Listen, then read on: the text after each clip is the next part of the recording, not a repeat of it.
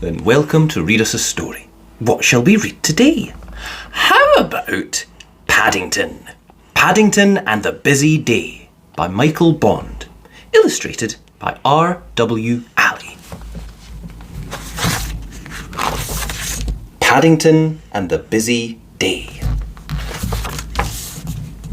One morning, Paddington looked out of his bedroom window and saw that it was raining outside. He was very disappointed. He had planned to spend the day in the garden, and now he had nothing to do. "How about you do some painting?" suggested Judy. "You can borrow my box of paints if you like." "There's a bowl of fruit in the other room," said Mrs. Brown. "Why don't you try painting that?"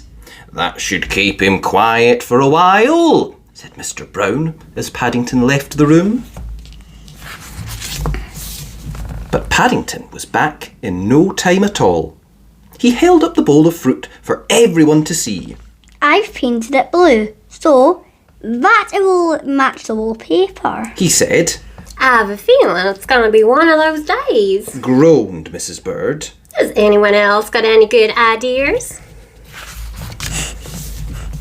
"You could help Mrs. Bird in the kitchen," said Mrs. Brown. "How about tidying up the loft?" said Mrs. Bird hastily. "Your stamps need putting into an album," said Jonathan. "If you have any paste left over," said Judy, "you could stick lots of things together and make a collage like the one on the wall." Paddington thought for a moment. "I think I'll start in the kitchen," he said. "I may make some pastry. Bears like pastry. "I think it's time I went to the office," said Mr. Brown. Paddington was soon hard at work making pastry. He used over half a bag of flour, and he ended up with most of it over himself. "You better go upstairs and have a wash," said Mrs. Bird. "or you'll end up looking like a polar bear." "I do hope it stops raining soon," said Mrs. Brown.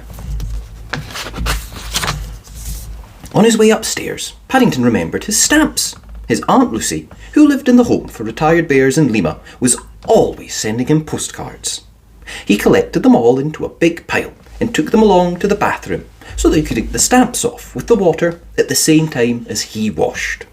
But as soon as the water started mixing with the flour, it turned into paste, and in no time at all he found he had more stamps stuck to his duffel coat than in his album. Paddington decided it might be a good time to try his paw at tidying the loft. At least no one would be able to see him up there. He made himself some marmalade sandwiches and found his torch.